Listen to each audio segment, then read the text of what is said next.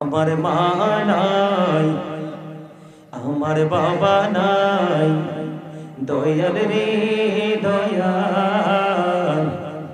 আমার কি মা ডাকার সাদ নাই রে, আমার কি বাবা ডাকার সাদ নাই রে।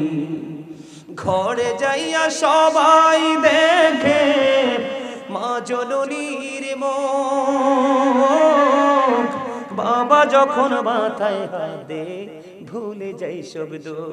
বলে আমার মা নাই, আমার বাবা নাই, দয়াল রে দয়াল।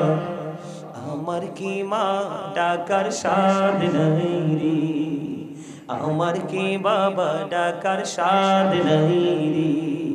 ঘরে যাইয়া সবাই দেখে মা জননীর মুখ, বাবা যখন মাথায় হাত দে ভুলে যাই সব দুঃখ। ঠিক কিনা বলে? যার বাবা মা নাই তার মতো অসহায় পৃথিবীতে কয়েক হাজার কোটি টাকার মালিক হলেও সে যার বাবা মা নাই তার মতো অসহায় পৃথিবীতে আর কেহ। ঠিক কিনা বলে? আপনি সারা রাত বাইরে থাকেন, আপনাকে কেউ ডাক দিবেন? আপনার খোঁজ কেউ দিবেন? আপনি সারাদিন উপাস থাকেন, কিন্তু আপনি খাইছেন কিনা সেই খবর কেউ নিবে না।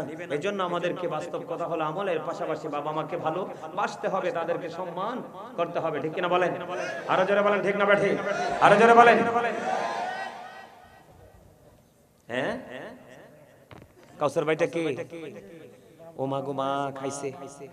দেখছেন নি, এক আশেক আমার মাথার কোনায়, আরেক আশেক আমার নিচে। এই যে দেখেন 1000 টাকা হাদিয়া দিছে। মারহাবা বলেন। আমি তো তার সাথে মজা করে বলছি, তার মানসিকতাকে পরীক্ষা করার জন্য। বুঝতে পারলাম যে তার মায়ের সাথে প্রেম।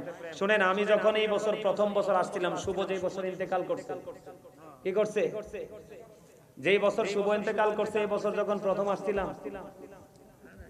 আসার পরে আপনাদের মনে আছে কিনা জানি না, আমি যখন গজল গাইছিলাম আমার বাজান, আমি যখন গজল গাইছিলাম আপনাদের মনে আছে কিনা জানি না, প্রথম থেকে যারা আমার আলোচনা শুনছেন,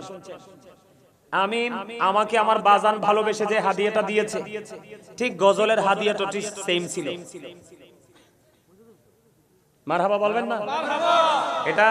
এটা বড় ধরনের একটা মধুর প্রেমের একটা জিনিস। কিসের জিনিস?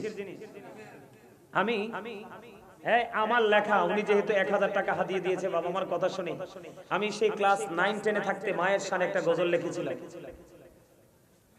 আমি কি গজলটা একটু গাই শোনাবো?